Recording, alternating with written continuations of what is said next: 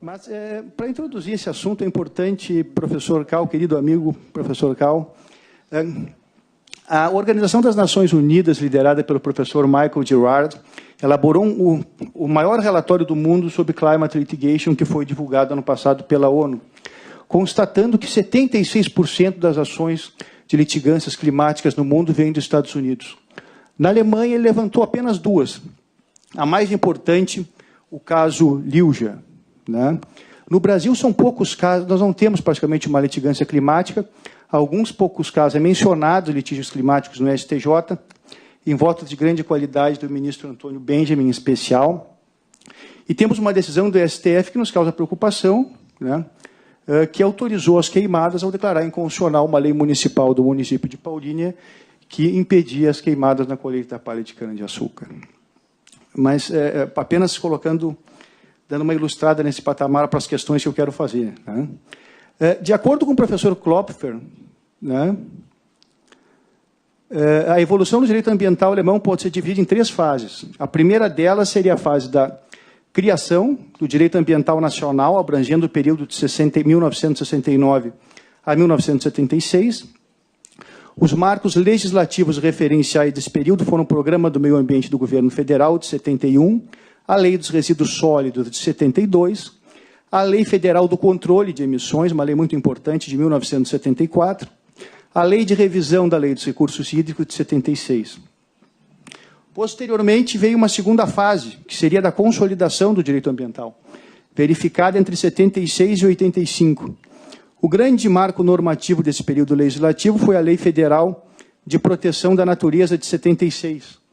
E ainda se pode mencionar a Lei de Substâncias Químicas, de 80. Já a terceira fase seria a da modernização do direito ambiental alemão, iniciada em 1985 e vigente até os dias atuais. E, ao longo dessa terceira fase, verificou-se a criação do Ministério do Meio Ambiente, da Proteção da Natureza, da Segurança Nuclear. Uma questão polêmica, o professor Wolfram Rüdiger, por exemplo, defende que a energia nuclear ainda pode ser necessária porque é energia limpa para se atingir os objetivos e as metas do Acordo de Paris. E também, no ano de 86, a Lei de Engenharia Genética, e de 1990, a Lei de Proteção do Solo. E também a Lei de Informação Ambiental de 2004, e ainda tem o projeto Código Ambiental Alemão, né? De acordo com o professor Klopfer, a evolução do direito ambiental alemão, então, ela pode ser dividida nessas três fases. Passando para cá. E a minha questão, agregada a toda essa legislação, né? Agregada a toda essa legislação, nós temos que fazer, e o professor falou com brilho aqui sobre o artigo 20A da Constituição Alemã, né, analisando esse artigo 20A da Constituição Alemã, que não coloca o meio ambiente como um direito fundamental, e também o Código Civil Alemão, que é a base para a ação no caso Liuja, né? Então, a primeira pergunta que eu faço, mas eu vou fazer um resumo, ao final, que são três questões, e essa é a mais longa, as outras são mais curtas, né? Se toda essa legislação,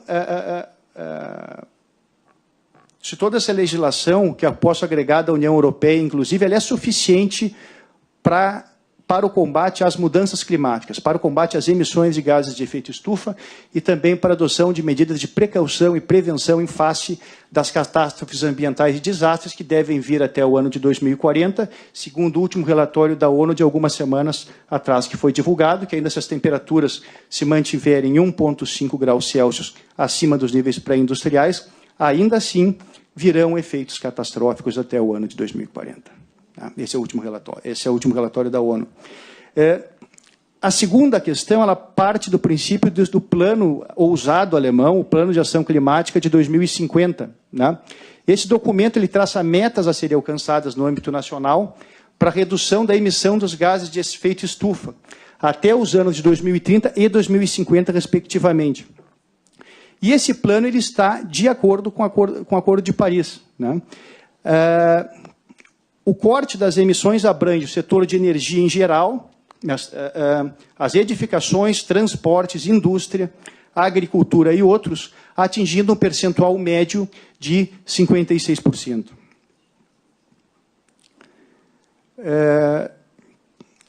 A minha questão é essa: o Plano de Ação Climática 2050 está sendo cumprido? E ainda, se existe uma perspectiva na Alemanha, em nível nacional, né, para a adoção do cap and trade. Ele já é adotado na União Europeia, mas eu diria se isso poderia funcionar em nível local, né? A outra questão é sobre a tributação do carbono, né? Na Alemanha, se isso poderia vir a ser adotado, de que forma e como é que está essa questão, que é uma questão importante. A terceira questão, e a última, ela, sem dúvida alguma, ela está... o mundo do direito das mudanças climáticas hoje aguarda essa decisão da justiça alemã sobre o caso Liugia versus RWA, que é um caso muito interessante. Um fazendeiro peruano, Saul Liugia, residente em Huaraz, no Peru, ajuizou uma demanda na Alemanha, na Corte Regional de Essen, contra a maior produtora de energia elétrica alemã, instalada na região de Essen, no norte do Reno. Liugia alegou em seu pedido que a RWA tinha pleno e total conhecimento que as suas emissões de gases de efeito estufa, em face da sua atividade, em alguma medida estão contribuindo para o derretimento do gelo no topo das montanhas perto de Huaraz, colocando em risco 120 mil habitantes daquela localidade no Peru, inclusive a sua propriedade. Ele adotando, então, medidas de precaução para proteger a sua propriedade, né? A reparação desses danos, quer dizer, construiu muros, e também um pedido de indenização para a comunidade local foi pleiteado, né? Liugia, ele embasou a sua ação no Código Civil alemão, apenas, né?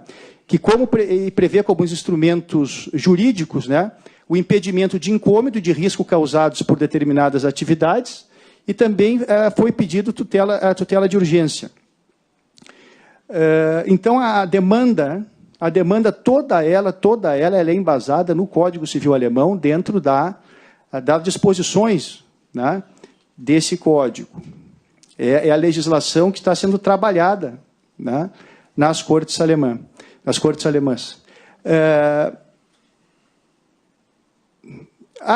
Essa decisão, em primeiro grau, ela foi julgada improcedente, né? Foi julgada improcedente, e agora ela está em nível de apelação, né? Agora para a Alta Corte de Apelação de Hamm, né? Ao receber esse apelo, a Corte ela acaba dando ela estimula aqueles que defendem a luta contra as mudanças climáticas, porque pede perícia em segundo grau com quesitos, né, que levam a nós a depreendermos um juízo de procedência em segundo grau dessa demanda. Vejam bem quais são os quesitos. Por causa do significante aumento da expansão do volume do lago de Pacacocha, existe uma séria e iminente interferência na propriedade do autor, localizada em terreno abaixo, de inundação ou de ser atingida por algum deslizamento. E tem 2. As emissões de dióxido de carbono liberadas pelas usinas da parte ré na atmosfera causam, como uma lei da física, a concentração atmosférica de gases de efeito estufa. 3. O aumento da concentração de moléculas de gases de efeito estufa causam a diminuição no escape do calor da Terra, o que, por sua vez, causa o aumento da temperatura global. E, por causa do consequente aumento das temperaturas localmente, existe um acelerado derretimento da geleira de Paucarajula, no Peru? Está acontecendo ou não? E o tamanho da cobertura de gelo, que diminui o volume da água, aumentou tanto que não pode ser retido pelas morainas glaciares. As morainas glaciares são entendidas aquele como amontoado de pedras e a carga sedimentar que o gelo transporta, formando acumulações que formam faixas escuras ao longo das geleiras. Ou seja, elas protegem, elas protegem a natureza no tempo do degelo, né? E também pergunta ainda se a proporção da causa parcial em relação ao nexo causal é mensurável e calculável em cerca de 0,47%, que é um valor que está sendo usado para se fazer eventual liquidação dos danos causados pela emissão de gases de efeito estufa por essa termoelétrica, que ela é responsável por 0,47% das emissões de gases de efeito estufa no mundo, essa termoelétrica alemã, maior termoelétrica alemã. Então, ilustrando essa questão, em suma, as 3 questões são bem simples. A legislação alemã é suficiente para o combate às mudanças climáticas, questão 1. A legislação alemã é suficiente para o combate às mudanças climáticas? Questão 1. Questão 2. O Plano de Ação Climática 2050 ou o Plano de Proteção Climática 2050 está sendo cumprido? E ainda, se existe uma perspectiva e clima político na Alemanha para a criação em nível nacional, não comunitário, mas nacional, do sistema do cap and trade. E a questão da tributação do carbono, pode ser adotado na Alemanha? Como é que está essa questão? E a questão 3 e última, é bastante simples. Qual a sua expectativa para o caso Ljudia versus RWE? Qual a sua expectativa, a sua visão pessoal? Acha que, conhecendo o sistema judiciário, político, constitucional e infraconstitucional alemão, seria possível uma substituição da decisão de primeiro grau nesse caso? Então, as 3 questões são essas, em suma, resumindo, que eu gostaria que o professor Karl falasse para a gente aqui. Então, eu gostaria, agradeço ao Gabriel Vedi as suas colocações, a sua contribuição para o debate. Ao final, depois da manifestação do professor Karl, se algum dos presentes quiser fazer perguntas sintéticas, será um prazer para todos nós aproveitar a presença do nosso estimado professor. Se quiserem fazer por escrito ou uma ou outra, que nós estamos dentro do prazo, gostaríamos de ouvi-los. Eu teria mais uma última pergunta, a quarta, bem curta, que é o seguinte, a questão dos pilares da sustentabilidade. O relatório Brundtland coloca 3 pilares de sustentabilidade, conhecidos por todos nós: inclusão social, desenvolvimento econômico e tutela do meio ambiente. O professor Jeffrey Sachs, da Columbia Law School, foi praticamente quem minutou os 17 ODS. Ele fala nos 4 pilares, ele fala em 4 pilares, ele agrega governança, né, como 4º pilar do desenvolvimento sustentável. Então, essa é a última questão. Então, com a palavra, o professor Karl. Vielen Dank, lieber Professor Vedi. Ich vou tentar responder as perguntas dentro das minhas possibilidades, de forma tão precisa e sucinta quanto possível. Primeira pergunta: se a Alemanha vai atingir os objetivos de proteção climática que ela própria se propôs. E se as medidas tomadas até agora, tomadas pela Alemanha, se elas são suficientes. Neste ponto, sem poder ser profeta e sem poder prever o futuro e o que governos federais futuros vão poder resolver, mas, julgando a partir da evolução dos últimos anos, eu teria a tendência de ser um tanto cético. Eu avalio positivamente a chamada virada energética que a chanceler Angela Merkel, Alemanha, que foi produzida após o acidente catastrófico ocorrido em Fukushima. Ou seja, a passagem completa para energias renováveis até o ano 2050, abandono da energia nuclear, que naturalmente, com vistas à proteção climática, é ambivalente, porque, por um lado, ela dá uma contribuição para a evitação de emissões de CO2, mas que, por outro lado, o preço que se paga por isso são desvantagens consideráveis de longo prazo. E, ao mesmo tempo, menciono a resolução de uma descarbonização da sociedade, ou seja, um abandono da produção de carvão. E, para isso, existe uma comissão na Alemanha atualmente que deve resolver até quando isso deveria acontecer. Previsivelmente, isso vai acontecer até 2038. Isso, na Alemanha, não é a produção de carvão na área de energia, quer dizer, não vai mais haver essa produção de carvão para fins energéticos até 2038. Isso são medidas importantes e também passos importantes e eficazes na busca do alcance dos objetivos de proteção do clima. Mas, e agora eu passo ao outro lado da questão, isso por si só não será suficiente. Ainda existem outras áreas nas quais aconteceu muito pouca coisa ainda.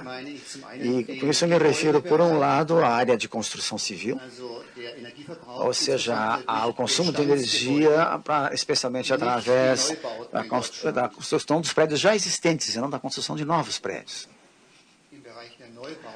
Na área dos novos prédios, construções novas, já está acontecendo que nós já temos objetivos muito ambiciosos e elevados de proteção ambiental, mas no caso dos prédios antigos existem enormes problemas. Nesse sentido, e até agora o legislador, levando em conta os proprietários, ainda não tomou medidas contrárias para também melhorar a eficiência energética, no caso dos prédios antigos, e 70% a 80% dos prédios na Alemanha já são prédios mais antigos.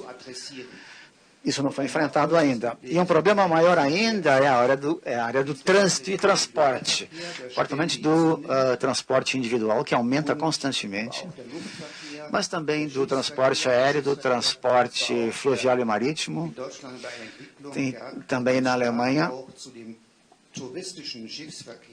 abrange também o transporte de turistas por via fluvial e marítima, mas que, infelizmente, também tem um outro lado da moeda do ponto de vista ecológico. É legal fazer grandes cruzeiros em navios, mas do ponto de vista ecológico, isso não é necessariamente a melhor ideia.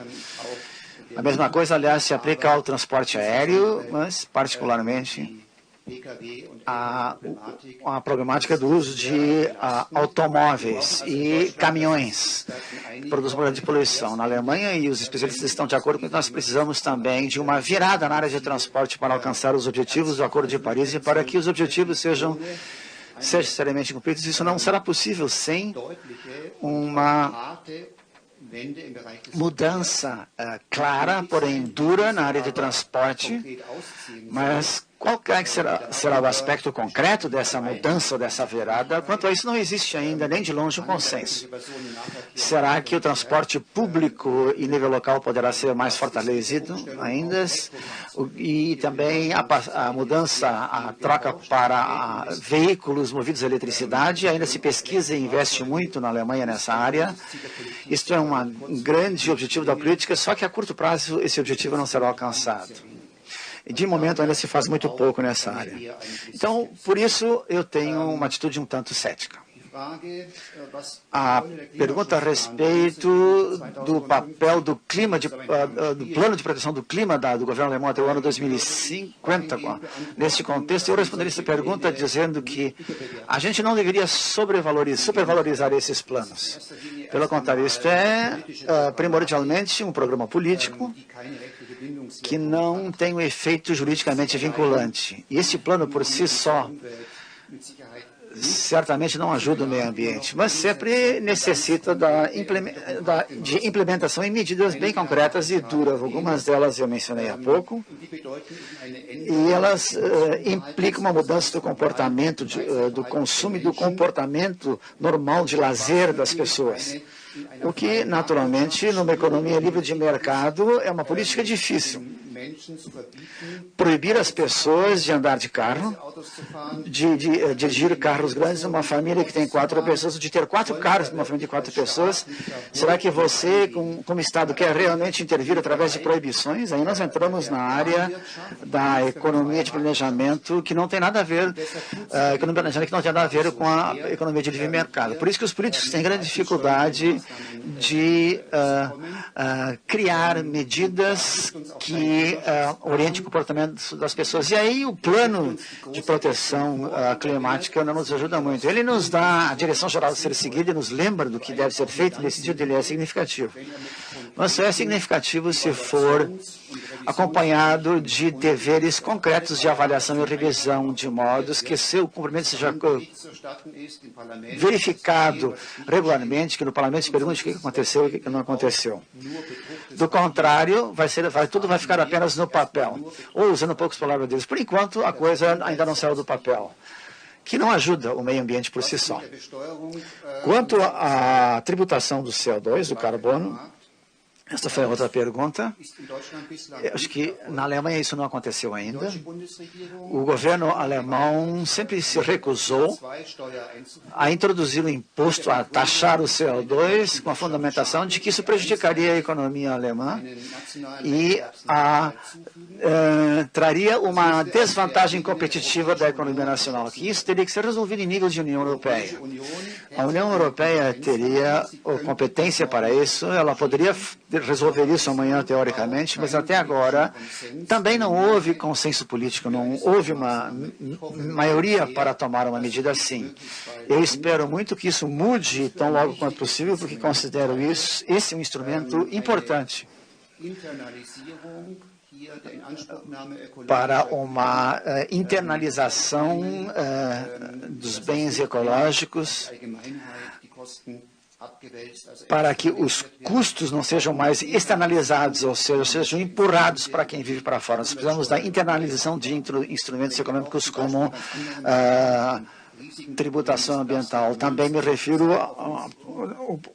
gostaria de mencionar o problema da montanha de plástico, com o qual nos ocupamos no nosso instituto e muitas outras pessoas na Alemanha, porque os nossos mares estão repletos de plástico e os peixes que são pescados lá já têm plástico no seu estômago. E também dentro das pessoas está se encontrando micropartículas de plástico no organismo. Nós ainda todos não sabemos como é que esse plástico nos prejudica a nós como pessoas. Esse plástico está entrando cada vez mais no meio ambiente. Então, nós temos que deter imperiosamente este enchimento do mundo de plástico. Acho que isso vai afetar não só a proteção climática, mas também a diversidade de espécies. Então, acho que nós precisamos taxar maciçamente ou então proibir produtos feitos de plástico. Não haverá alternativa, exceto fazer com que certos plásticos que nunca se decompõem na natureza e que nunca se degradam, mas poluem durante muitos anos no ambiente, que esse tipo de plástico seja proibido. Quanto àquele agricultor peruano, aliás, penúltima pergunta, que moveu um processo na Alemanha, no Tribunal Estadual de Hesse, e pediu uma indenização por causa dos prejuízos causados no Peru, dos quais ele acusa a empresa de produção de energia RWE na Alemanha, que ele considera responsável por causa das usinas de produção de energia movidas a carvão da RWE. Eu tenho que sublinhar que eu sou professor de Direito Público, não de Direito Civil. Então, o que vocês vão ouvir agora de mim é, digamos assim, a perspectiva leiga sobre esse assunto. A partir dessa perspectiva leiga de um especialista em Direito Público, eu diria que na Alemanha existe uma separação rigorosa entre essas áreas. Por um lado, nós temos professores que só lidam com direito civil e também direito ambiental e direito privado, e eu também trabalho em certa cooperação com esses professores, e eles poderiam dar uma resposta muito mais profunda a vocês do que eu.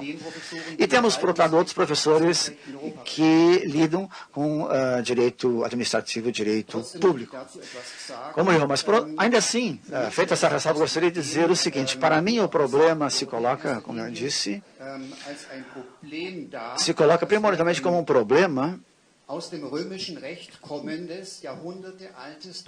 que se deve ao fato de que nós temos um direito civil proveniente do direito centenário romano e que não tinha e não conhecia os problemas que nós estamos discutindo atualmente. Ele só conhecia a possibilidade de que um cidadão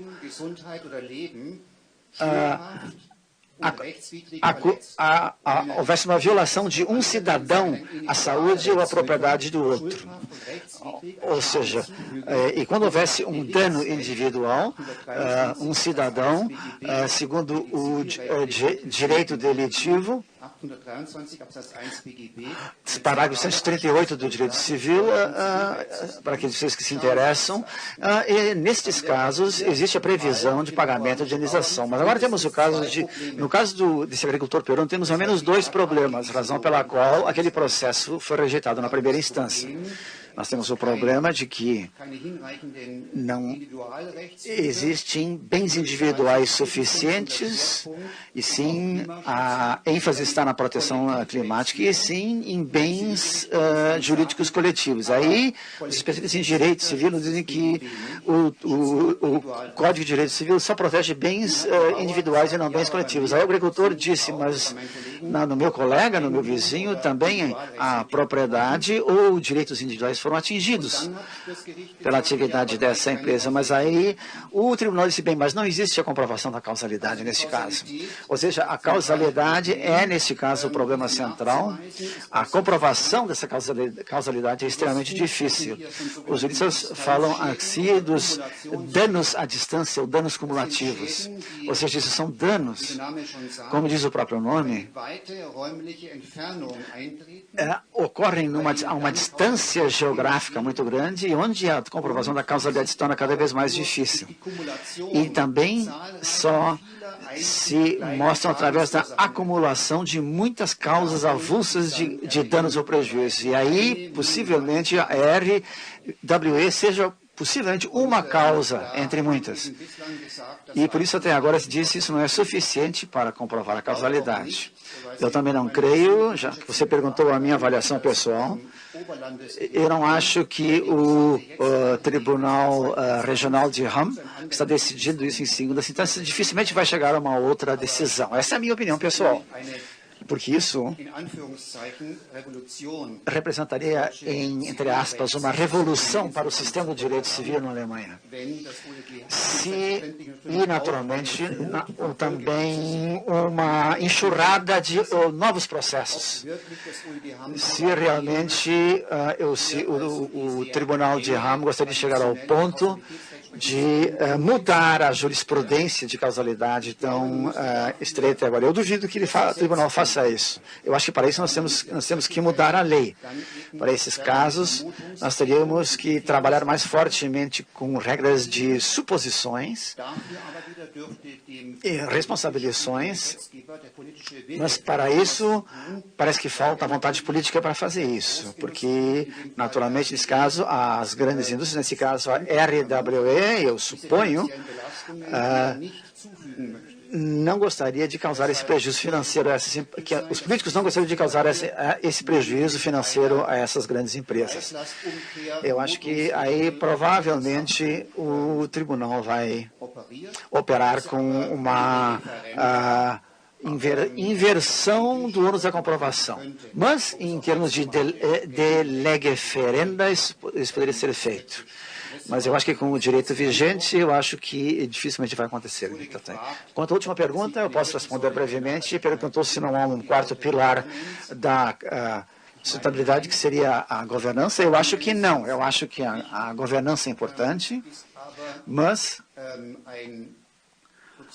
é, por assim dizer, uma concepção abrangente, uma espécie de teto colocado, um guarda-chuva colocado sobre tudo. Não é um pilar por si só, porque os pilares representam concepções em termos de conteúdo, programas em termos de conteúdo, sociais, econômicos e ecológicos. Isso são conteúdos. A governança, por sua vez, diz respeito a questões institucionais e questões procedimentais, de como se vai implementar esses objetivos, se vai fazer isso com ONGs, através da participação dos cidadãos, através de redes, através de novas formas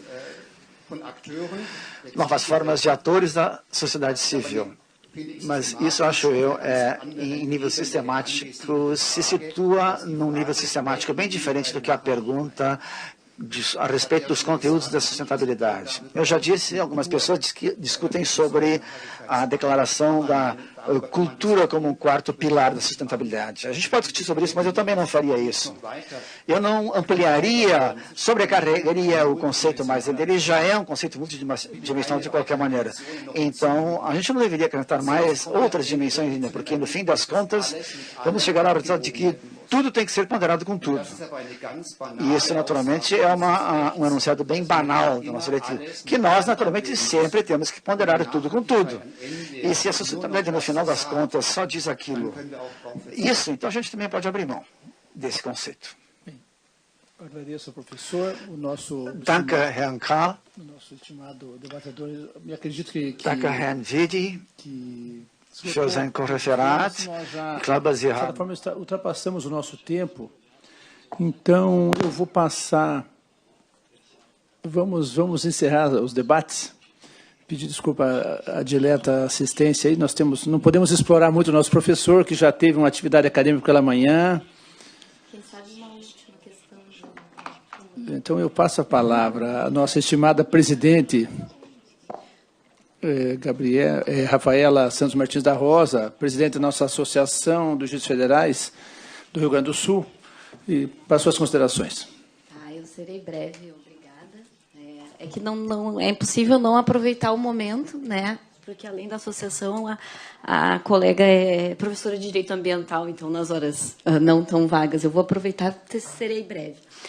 Eu gostaria de saber, professor, se há algum nível de discussão na Alemanha, já que se falou muito na sustentabilidade para gerações futuras, né, intergeracional, se existe alguma balança entre se privilegiaria a sustentabilidade das gerações futuras em detrimento da sustentabilidade social das atuais gerações. Eu vou partir de um exemplo concreto e aí, se o senhor puder considerar, por exemplo, sei já a nível de... É uma discussão nos Estados Unidos muito forte para a implementação de uma economia verde prospectiva para o futuro. Talvez hoje há um sacrifício de ordem pessoal para as gerações atuais, com a redução considerável de empregos daqueles que têm uma vulnerabilidade social maior, daqueles que têm condições de empregos que demandam menor complexidade, porque se vai partir para uma economia verde, se vai minimizar, provavelmente, a oferta de empregos que são mais poluentes. Se esse tipo de... Por exemplo, há uma lei na Califórnia que é chamada uma lei compreensiva, né? Ela destina que, se, então, vai haver uma redução na emissão de gases para que empreendimentos sejam prospectivos, sejam verdes para gerações futuras, se compensará aqueles que perderão, né, as comunidades que mais diretamente serão afetadas, eventualmente, por uma diminuição de oferta de empregos. Essa é uma discussão que começa e provavelmente vai ter vez aqui no nosso ambiente, né, na nossa realidade de Brasil, considerando que nós temos hoje quase 20 milhões de desempregados e estamos tentando implementar uma economia verde para o futuro.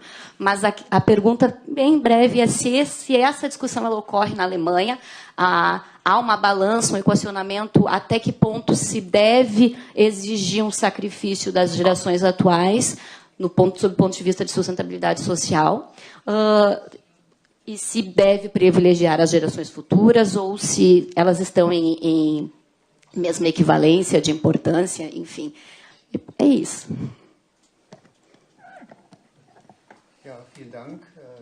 Muito obrigado por essa importante pergunta. Eu gostaria de tentar respondê-la de maneira tão concisa quanto ela foi feita e de maneira tão incisiva quanto ela foi feita. Portanto, existe uma discussão semelhante, mas não idêntica, como a que existe nos Estados Unidos. Existe uma discussão parecida na Alemanha, mas que, com vistas à chamada economia verde, da qual você falou, não está ocorrendo sob o ponto de vista da sustentabilidade social e sim da sustentabilidade ecológica. E tem a ver com aquelas questões que eu abordei há pouco, particularmente dos impostos ou taxas ambientais para empresas ou para ramos industriais que poluem mais fortemente o ambiente, ou seja, cobrar dessas empresas e desses ramos impostos ecológicos mais elevados. Eu mencionei as emissões de CO2, mencionei a questão do plástico, produção de plástico, mas também a gente pode, inversamente, fazer com que as empresas que produzem produtos mais sustentáveis, que se não se deveria subvencionar mais fortemente essas empresas, mais do que outras, por parte do Estado. Na Alemanha, a discussão é conduzida sob o lema, seguinte lema de que a propriedade implica um compromisso para com a coletividade e também para com o ambiente. Isso é a vinculação social da propriedade. E agora se está se discutindo se a propriedade e também a propriedade de empresas, por exemplo, não implica uma obrigação para com o meio ambiente. Ou seja, a compromissividade ecológica da propriedade privada. Isso é uma nova discussão, uma discussão que é recente e que acho que ainda vai trazer muita coisa. Mas gostaria de introduzir um outro exemplo em relação a essa pergunta, que na Alemanha está sendo discutido mais fortemente sob o ponto de vista da sustentabilidade social e é muito atual. Trata-se de um problema que tem a ver com a Alemanha e que, tanto quanto eu consigo avaliar, não atinge o Brasil, que é a mudança demográfica. O que quer dizer essa mudança demográfica? Na Alemanha nós temos uma expectativa de vida que aumenta cada vez mais, ou seja, um número cada vez maior de pessoas idosas e um número cada vez menor de filhos e filhas nas famílias. Há muitos anos nós estamos observando que em termos estatísticos, os alemães têm muito poucos filhos. E com isso, a capacidade de funcionamento de longo prazo de nosso sistema de seguridade social vai entrar em colapso num prazo menor ou maior. Os economistas conseguem prognosticar isso com bastante exatidão, porque você tem sempre uma população econômica ativa, jovem, em número menor, que tem que sustentar uma população envelhecida através das suas contribuições para a Seguridade Social. E nesse sentido, existem agora propostas de introduzir um fator ecológico, um fator intergeracional, que significa que as pessoas que têm filhos e filhas, principalmente os que têm muitos filhos e filhas, paguem contribuições menores para a Seguridade Social e inversamente. Ou seja, aqueles que não têm filhos pagam mais. Vocês podem se imaginar o que carga explosiva em termos sociais isso representa. Porque então as pessoas que não têm filhos e filhas vão dizer, que não têm filhos nem filhas vão dizer, nós não temos filhos não por vontade própria, sim voluntariamente. E agora, isso já é ruim que chega para nós. A gente queria ter filhos, mas não teve. E agora vocês ainda nos querem punir financeiramente por isso? Ou seja, estamos sendo acusados por não ter filhos? Naturalmente, tudo isso se presta, e agora vou exagerar um pouco, a produzir uma revolução social. Por isso, os políticos, até agora, também tiveram medo de fazer uma coisa assim. Mas um número cada vez maior de especialistas e também políticos individualmente estão começando a exigir isso. A título de conclusão, gostaria de dizer só mais uma coisa, que a gente sempre tem que levar em conta. Na Alemanha, atualmente, as forças políticas estão mudando acentuadamente. E também as prioridades da população. Os jovens, os eleitores jovens, na geração de 20 a 30 anos, na faixa dos 20 a 30 anos, estão votando de maneira bem diferente dos velhos. Estão votando no Partido dos Verdes, Partido Ecológico. Entre mentes,